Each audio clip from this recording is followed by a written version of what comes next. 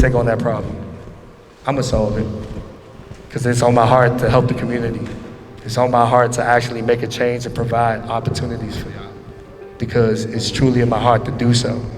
So being one, I said, what was my first point? I said what? Vision first, right? It was vision first, right? What was second? What was my second point? Facing adversity, okay. And then my third point was what? So I got vision, I got overcoming adversity, I got being coachable. I got two more for y'all, because I know some of y'all look. Man, I think this Blessing Conference is a beautiful thing for these young children to be able to come and hear from a lot of influential speakers, to get a wide range of topics kind of thrown at them, and a lot of gems being thrown, a lot of gems being tossed. And I just wish I was involved in more conferences like this as a youngster coming up. And I think it's definitely beneficial. Rate you from being either good, great, or mediocre. All right, you have to understand that. How many of y'all can say that y'all a team player? That y'all look out for y'all team? Y'all look out for y'all teammates? All right, so how would you define a team player? What's a team player? What's a team player?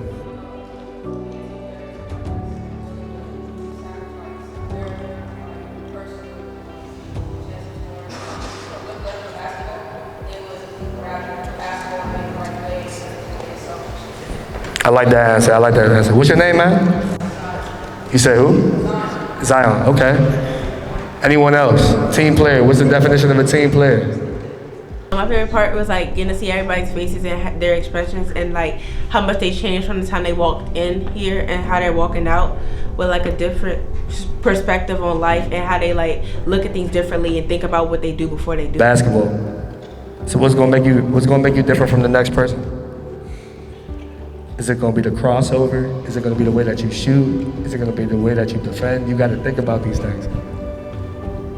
What's gonna make you different? What's gonna make you stand out? That's the thing.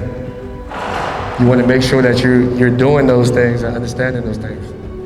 And that as you're doing those things, that you're putting the practice in daily and improving, as opposed to staying the same. And it's a lot of great energy. I mean, I was able to tell my testimony to a lot of young individuals that seemed like they really taking it in. I was just sitting in on a financial session, and it was just very positive, a lot of information, very informative, and this is what we need for the community, you know, to bring like-minded people together from all different walks of life, you know, different generations, and to tell their testimonies, to tell their, you know, knowledge, you know, to the youth and to whoever that's listening. So it's great. Let's keep it going. World, but he's a generational talent because he took so much time working on his threes. Y'all see the threes that he make, but it's a lot of threes that he missed. Leadership. So what I want y'all to understand is you have to overcome some type of adversity and have vision in what you're doing. But in order to be a leader as well, you gotta be able to embrace the challenges. It's times where you guys get angry and upset, and I ain't gonna lie, I raise my hand. There's days I still get angry and upset when things don't go my way. How many of you guys would say that you like to control every single thing you do? I had dreams and aspirations of being a sports reporter because I knew everything about NFL, NBA, boxing, all of those things. But I realized I had to take my degree and use it the way I wanted to use it. So I was watching the news and like NBC and Fox 5 and CNN and all those other news channels, but I realized that something was missing.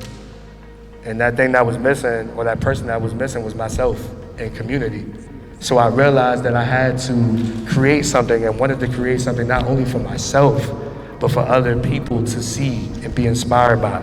So this notion of grind hard, dream big, the harder you grind, the bigger you dream. I wrote it in a notebook back in 2014. The pandemic hit, and when the pandemic came, I sat in the house and I was just chilling. And I was talking to God, and I was just like, what do I do?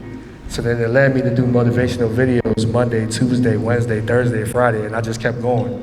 At first, I'm not gonna lie, I was focused on the likes and the wants and the comments because I wanted people to like it, but I just kept on going. I was discouraged at times. Times I felt like giving up, but I couldn't quit because I realized that there was people that was dependent on me and relying on me to do these things. Lo and behold, November 6, 2020, started my podcast. It was kind of the best decision I ever made because what I realized is I created a safe space for myself, but then for other people. Some people will come on, talk about mental health, talk about their journey and everything like that, get an interview, but it was more than an interview, it was just a conversation. And this conversation was very, very important because what it did is it highlighted not only community, but it also highlighted themselves as well, all right? So I'm saying that to tell you guys that you guys are dope, you guys are amazing, you guys can do anything as long as you put your mind to it, all right? And like I said, I ain't know I was gonna start a podcast, I ain't know I was gonna be a motivational speaker and do all of these things, but it was God guiding my steps. So always remember, let God guide your steps. I don't know who you guys believe in, but let whoever that higher power is, let that person guide your steps. Stay focused in school, keep doing your thing, and that thing that brings you joy, that thing that brings you peace, and always be a team player and always remember that the harder you grind, the bigger you dream, because I truly believe that the more work you put in, the more dreams you're gonna have, and the more things that's gonna happen for you. Never lose sight of your imagination and never lose sight of your why, because everybody will ask you what, when, who, and where, but as long as you know your why, you good.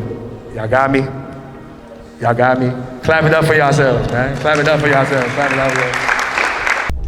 I think it was really good. The youth who were here were really, really engaged. It was nice to just really connect with them and just hear some of their ideas and their aspirations. So I thought it was really, really good. And I concur. It was really an eye-opener just to see how young the students are and their mindset and exactly their goals, what they want to accomplish. And then also tapping into figuring out exactly how do we help them propel and be better. So I think it was really good. I think my favorite part about today was definitely sitting in the room over there talking about how your ego on social media does not define who you are as a person and everything. This was great. I was able to influence a lot of youth, people my age, people younger than me, even some people who are older than me. Just allow them to see the brighter side of things, see what it's like to go through diversity, see what it's like to be a leader, things of that nature, so yeah. Man, it's a lot of energy. I appreciate everybody that's here. It's a lot of gems being dropped, man. Y'all don't want to miss these gems for real, because like I said, we just being who we needed when we was younger, but most importantly, just being who God called us to be. So I think that that's the most significant thing about this conference, man, the Blessed Conference right here at Bladensburg Community Center, man. You don't want to miss this, and I'm glad that I'm here.